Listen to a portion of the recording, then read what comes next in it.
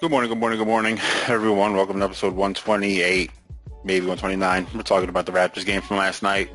Stay tuned. Yo. Uh, yo. Justice for the blind, just something that'll find in the rhymes that are coming from my mind. Hello, everyone. Good morning, good afternoon, good evening, good day, sir. Good day. Oh, man. Go Phils.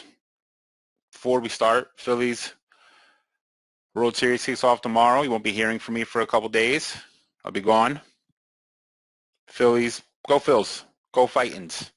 Game 1 and 2, Friday, Saturday. Eagles, Sunday.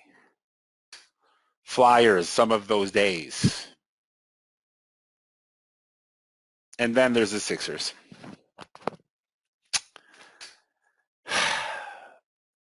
I said we'd lose both games to Toronto, in Toronto. One, I don't like getting into the war against fan bases, but I'm pretty close to being like, fuck that fan base. I get it. You want to boo Joel, you can be kind of going down a lot, but y'all not going to just keep hitting the man in the face. I've never seen so many people get hit in the face in a game. I know what happens when I get hit in the face in a game. I get very angry about it. I get very angry. My face is damaged enough. I don't need any more damage. It only has a certain number of HP allowed to it. You can't just be taking HP away from my face. And by HP, I mean health points. I'm a nerd.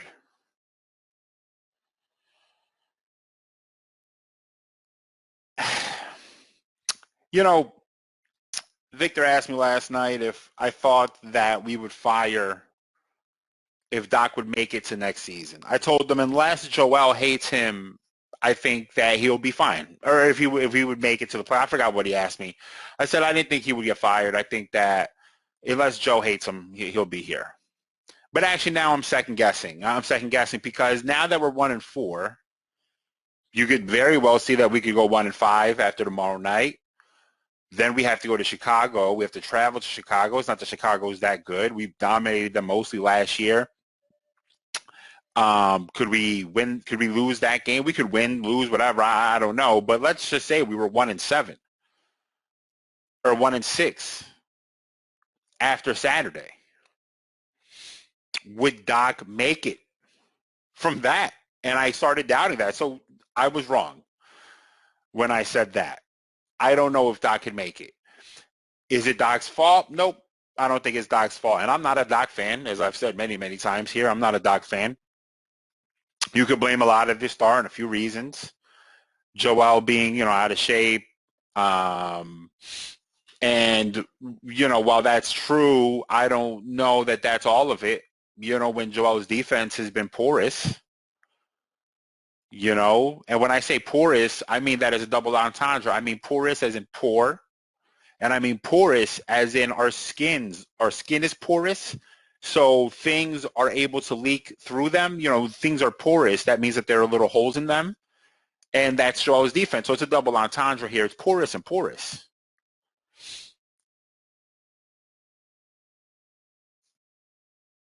Is it James Harden's fault? He was back for a couple games. Now he's back again. Guess who's back? Back again. Harden's back. Tell a friend. Guess who's back? Guess who's back? Because he's back to last year's James. Except he's still dribbling a lot. So he is now an amalgamation of last year and this year combined. All of the worst possible things about both of those versions of him combined. The version where he has no explosiveness, he can't really beat anybody, and the version where he's just dribbling a lot now. So it's the worst case scenario. Our defense, there were multiple times last night where Joel seemed to yell at poor Tyrese, and I don't like that Joel yells at Tyrese like that. Don't yell at Maxey like that. They don't deserve that. He yelled at Maxey a couple times on offense because really his frustration is more with James Harden. I don't know that he realizes that because James is not throwing an entry pass now. Now James, one of the best passers that we've seen in all of NBA history, all of a sudden needs just mountains of space in order to throw an entry pass now. So now here's Joel yelling at at Tyrese, whose man is sitting on that side, and he wants him to clear out to the other side, Joe, guess what? Guess what's going to happen? If Maxey goes to the other side, they're going to leave 2 on that side, 1 on James, and 2 on you still. That's what's going to happen, even if Maxey goes to the other side, because they are a very good defensive team. They have a ton of length everywhere. I mean, they just keep drafting the same guys. They keep getting these long, skinny dudes, black dudes, that are all just long and skinny, but as long as everything, their arms don't quit. These guys are just, they seem to be everywhere at all times. And they have a million of them. They have all of them. They're all there. It's kind of, somehow they don't have Bol. That to me is really a sin, that they don't have Bol, Jonathan Isaac, and Mo Bamba. They should have them 3 too, because then it would really bring it together. I mean, Lord have mercy. All high-level defensive guys, high IQ defensive guys, all of them. So, Joe, it doesn't matter. If this guy, he doesn't want to throw you an entry pass because James has decided he doesn't want to throw you an entry pass, not because Maxey's here. Because if that was the case, James would tell Maxey to clear out. He would tell Maxey to clear.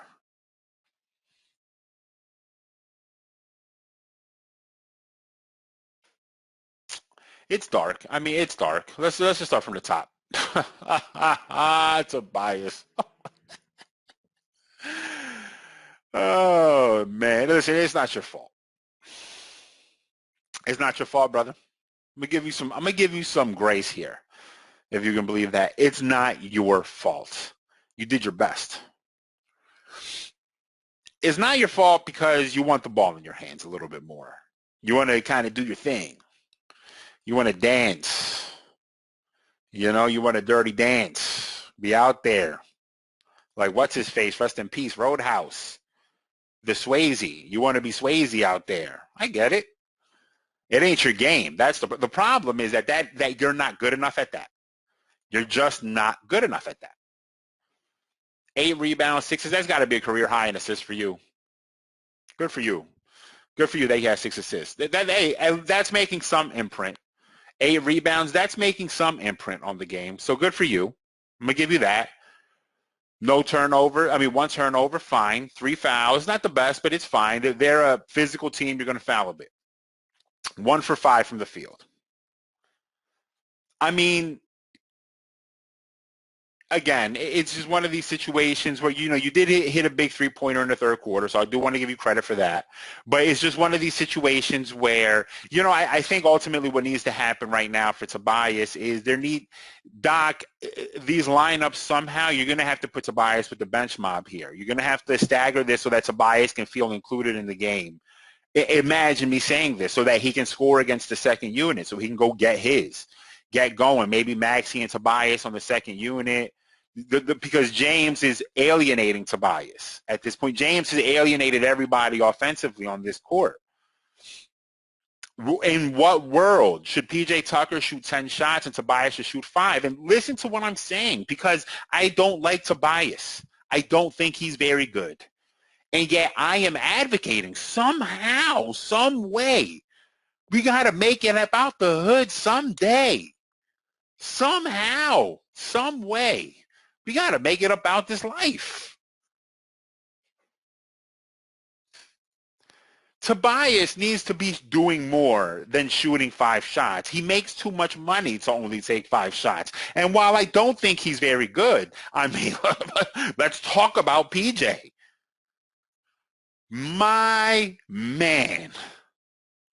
PJ, you need to be, I said this to a friend of mine, and this is kind of a clever joke. It's not great, but it's clever. It may not be hilarious, but it'll get a chuckle.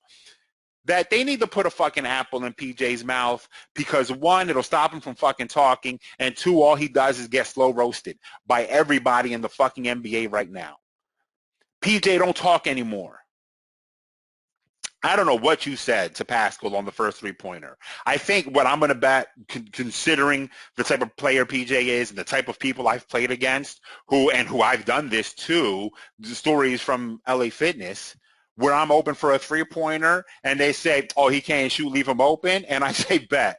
Splash. You say what? Hey, give me that ball next time. Splash. Do it again. Why don't guard me? And then I'm going to score on your bitch ass. One-on-one. And boy, did Pascal take that. He didn't do much in the second half, and actually I think that was credit to some credit to Tobias, who I thought played pretty good defense when he was switched on to him. Because throughout the first half, I mean, my man cooked PJ. And then PJ was on Gary Trent some points in the second half, and then Gary Trent cooked my man. PJ needs to be relegated to the bench.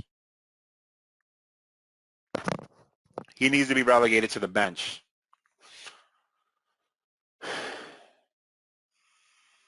He's not very good. He's too old. He can't play 32 minutes a night. I mean, my man was awful. He was awful. In the second half, he got better, but in that first half, my man was awful. Embarrassing. Can't defend anybody anymore.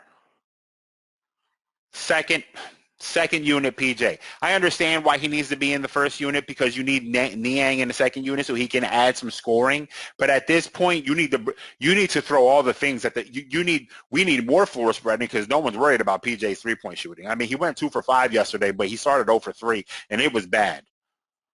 And then in the second half, credit to him, he had 2 big 3-pointers, and that's good because that's exactly what it needs to be. Let him play 10 minutes in the first half. Let him play 15 minutes in the second half if you want a part of your closing unit. That way he can have more energy, more under his legs because that first half, nope, he cannot defend like that anymore. Joel, offensively dominant. Way to go. Way to make your imprint on the game. You started 4 for 4. You finished 8 for 13. Good job. Good job. 2 for 4 from 3, 5 for 7 from the free throw line, getting punched in the face all the time. So I'm not mad at you only going 5 for 7 from the free throw line. If I got hit in the face that much, I'd probably miss some free throws too. No big deal. I thought offensively you were good. Defensively, you are getting cooked as well. You are getting cooked as well. And where's our physicality at? This team is punching you in the face. I'm not telling you to go punch them in the face now because that's the worst case scenario. PJ was brought here, I thought, for this very reason. But motherfucker, if Pascal goes into his herky-jerk spin cycle 12 times, spin this way, spin that way, spin this way, spin that way, PJ, you pull his bitch ass out of the air when he goes up. And I don't mean in a dirty way. I mean you wrap his arms and bring him down. If he goes down, he goes down. Send a message. But we are getting punked by this fucking team.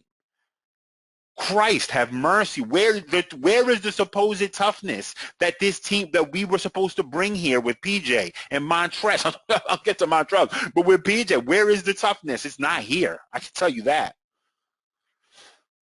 Joel, your defense is shit right now. Keep your motherfucking hands up.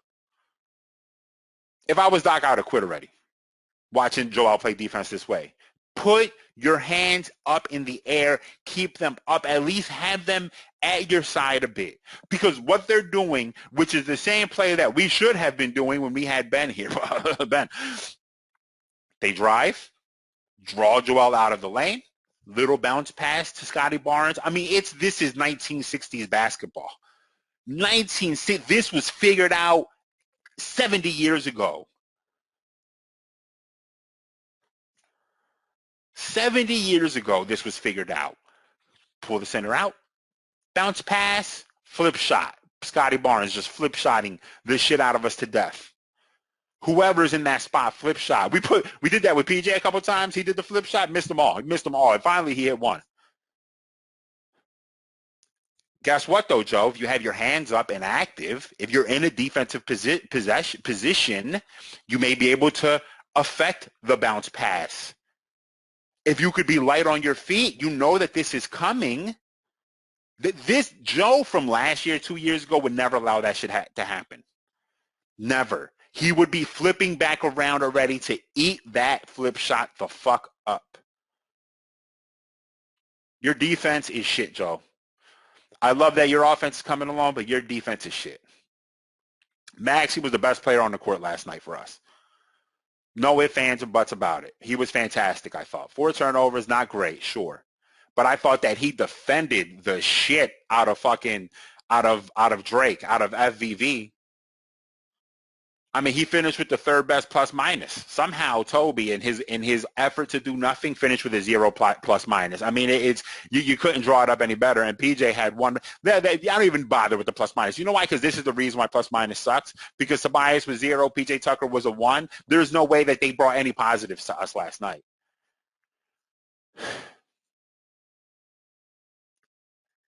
Maxey was the best player on the floor last night for us. Offensively, he found his stroke, 4 for 8 from 3, 12 for 21 overall. I thought he was fantastic. 6 assists, 5 rebounds, 2 steals, 1 block. Again, he was locking Fred the fuck up. Gave him fits. Got out into transition alone. James, 5 for 12. My man bricked a three-pointer at the end of the game. I'm sure you saw it. I took a video of it.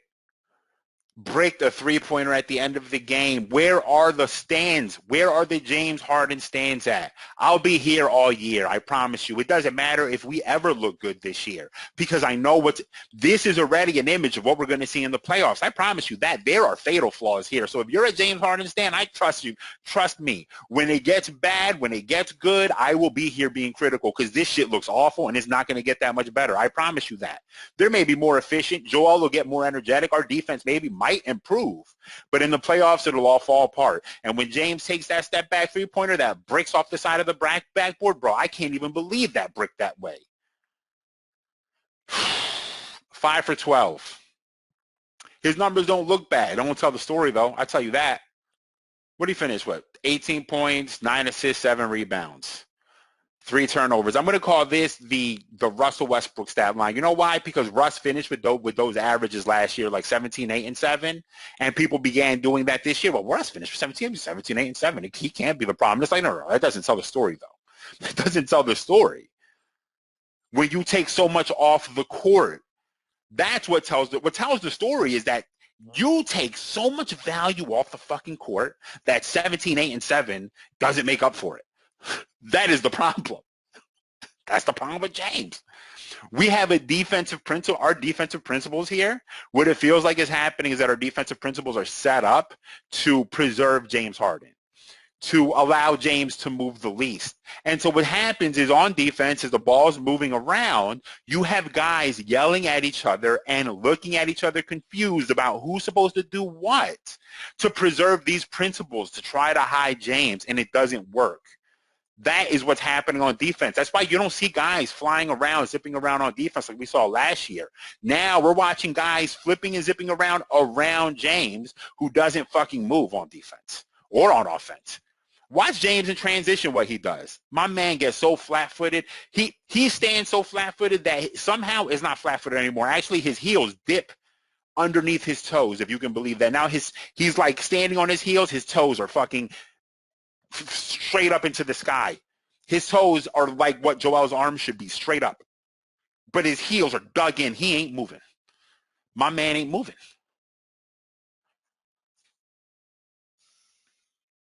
Montrez. Oh, man. You? All right, do I need to talk about you? Let's see here. Let's see here. Okay. No field goals made. No field goals attempted. Okay. No 3. All right, obviously. Oh, he shot 2 free throws, 0 made. Okay. 1 rebound. Okay. No assists, no steals, no blocks, no turnovers, no fouls, no points. Wow. 2 free throw attempts and 1 rebound. -4, 4 minutes. Yikes. D'Anthony Melton played really well. That was Melton's probably best game as a Sixer. I'm going to give him credit. I like Melton. I like Melton, actually. It's that people love him too much, and now I feel like I disparage him every time I'm on here. I like Melton. He played really well. I thought Danwell played okay. I thought defensively he played okay. He stood up Pascal he stood up Chris Boucher. He's a candle in the wind. Danwell stood him up. George, he hit 1 3. Vibes are off. He hit a 3. It was a good 3. 1 rebound. Not much. 14 minutes of action. He couldn't do much. I mean, I would love to understand. Our bench had how many field goal attempts here? Wait, 1, 2, 3, 4, 5. So we have 5 guys from the bench play. 15 field goal attempts. I would really love to know how many field goal attempts is typical for a bench unit. I don't know that number. How many field goal attempts a bench unit averages is probably more than that. But when you have guys like James, I'm dribbling for 30 seconds on the clock. I mean, I've recorded multiple videos and I was going to send them and post them, but I don't even see a point because you just see it with your eyes. How many times that you just see him dribble for 17, 18 seconds in a shot clock? 17, 18 seconds, shot clock, dribbling, looking around, dribbling, nothing happening. Paul Reed came in. I thought he gave us those 3 minutes he was in. I thought they were actually 3 okay minutes. He had a foul, nothing else. The bench is awful. We might as well bring Furkan in off the bat. I mean, we might as well because nothing else. Dan Well ain't doing much. I mean, what are these guys doing? Whatever. Tobias has 2 years left on his deal, this year and next year. He won't be an asset until next summer because then it's an expiring contract. You'd have to trade him with draft assets to move him. Draft assets we no longer have. James, what are you watching from James that tells you he's good right now? This team has no punch. Where's the punch going to come from? I don't know. I don't see it. Do they even practice throwing punches? I have no idea. There's no punch on this team. Meanwhile, the Raptors come out with motherfucking attitude, gumption, fire. They're pissed off at us. They hate us. Joel hates them, but Joel's alone in that. Look at that, Scotty. 16, 10 rebounds, 5 assists. Just to be clear, last year I said we couldn't even trade Ben Simmons for Scotty Barnes. I stood by that last year. It's true today as it ever was. Pascal started incredibly high. Like I said, I think in the second half, Tobias helped slow him down a bit. Absolutely drilled 3-pointers. He was 4 for 4 from 3 in the first half, finished 0 for 4 in the second half. Like I said, I think a lot of that had to do with Tobias, who I do want to give credit for. I thought played good defense on him at times. He only finished with 13 assists though. Wow. And 5 rebounds and 13 assists. Go ahead, Pascal. Look at what you have become. Look what you've made yourself into. And then there was the Gary Trent show in the second half. We are fucking, let me tell you something. For many years, I've been saying this. We are incredible at giving up career games for other people. I don't feel like this happens to any other team. Other teams, they come in with like hey, we're not going to let this guy kill us. And then but then for us, that guy kills us every time. After a while, these podcasts are going to get stale. And that's the sad thing. I'm going to have to start talking. I'm going to pivot and talk about other things. Talk about cricket or something like that. Because this ain't going to change that much. Where's the trade? What moves can we make? I wish we had Andre Drummond. The money that we spent on stupid Montrez, I wish we would have spent that on Andre. That we spent on Danwell, House, and Montrez, I wish we would have spent that on Andre Drummond. He would have been great for us, honestly. As much as it disgusts me to say that. One of the most critical people of Andre Drummond on the planet is me. But damn, as our backup center, he would have helped us a lot yesterday. Shit. This bench, I mean, again, the vibes are off. You're just not going to tell me any different. There's no good vibes. No one looks like they're having fun. There was a point where PJ Tucker in pregame was like in Tyrese Maxey's face, like, yeah, it's you, man, it's you. And Maxey didn't. I mean, he was just looking like this to the side, just looking at the crowd, looking at where's Drake? Oh, is that Drake? Turn the 6 upside down. It's a 9 now. And there's PJ right here. Maxey don't give a fuck. You don't even hear him. Vibes are off. This team looks bad. Is Doc going to survive it? Probably not. Can any coach actually fix this? No. Is James going to become a different person all of a sudden? Because that's really the question. Poor Doc. Doc, who I think is one of the most overrated coaches in NBA history. Poor guy. Poor guy. It's not his fault. I wouldn't be mad at Sam Cassell becoming our coach. That's not going to happen. It's going to be Mike D'Antoni. It's just going to be Daryl Morey continuing. You want to ask me how I think we should fix the Sixers? Here's the answer. Fire Daryl. Before anything else happens, fire Daryl. Get Daryl the fuck out of here. Get Daryl TFFOHH. Too many letters. I don't care. Get him out. That is how you start to fix the team. Get me in. And so I can look at James. James, pack up, brother. You getting moved. I'm moving you. I had this disgusting thought this morning that if the Lakers, who are also awful, offered us Russ and one of the unprotected first-round picks for James Harden, I would do that. Boop, trigger pulled. Second Amendment rights protected. Pulled the trigger on that move. Here you go. Here's James. And give us that unprotected pick. I would take that unprotected pick, put that with Tobias, and get something for that. What that is, I have no idea what you can get from Tobias. I don't know any team who wants Tobias Harris. Is there a team that has an albatross of a contract? Well, we would have just traded for him by getting Russ.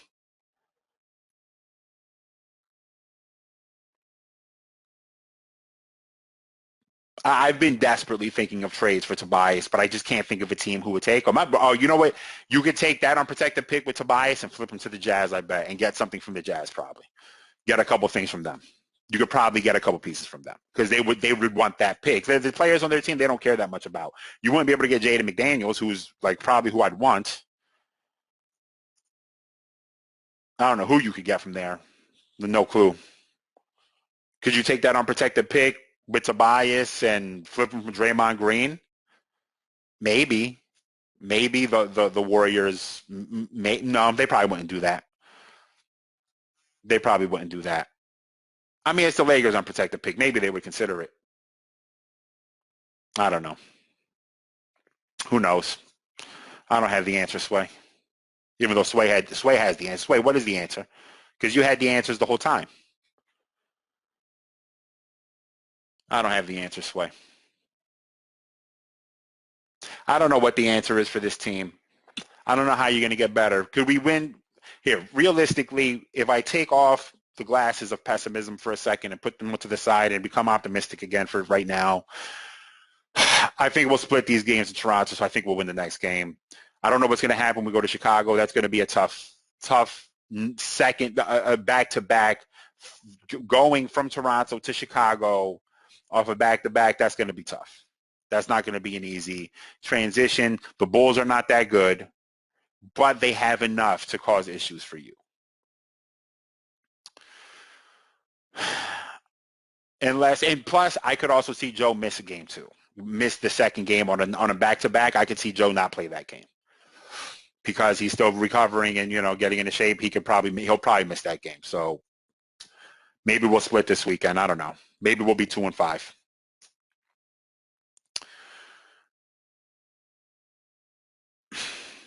We're not as good as any of the good teams. We're not as good as the Bucks. I mean, what a weird start to the season, even though, well, no, because the Lakers always were going to suck. But I don't think people knew Brooklyn was going to suck this badly and that we were going to suck this badly. But Brooklyn has some semblance of hope there. Seth Curry will come back and help them. TJ Warren, hopefully, if he's ever healthy again, would add a big lift to them as they get more accustomed to playing together. But Ben looks bad. Like, Ben don't look good. Ben's face, like, when I'm looking at his face looks different. I don't know if he got plastic surgery or something, but his face looks different to me. Maybe it's me. I don't know. There's something about his face that looks weird. You don't look right. So I don't know. I think that's it, everybody. Black lives matter. Arrested cops that killed Breonna Taylor. Asian lives matter. Why are we going backwards? Jewish lives matter. Stop being weird, man. LGBTQ, they all matter. Protect all of them. Stop being stupid. That's it, everybody. Take care. Yeah. Justice for the blind, just something that'll find in the rhymes that are coming from my mind. Used to come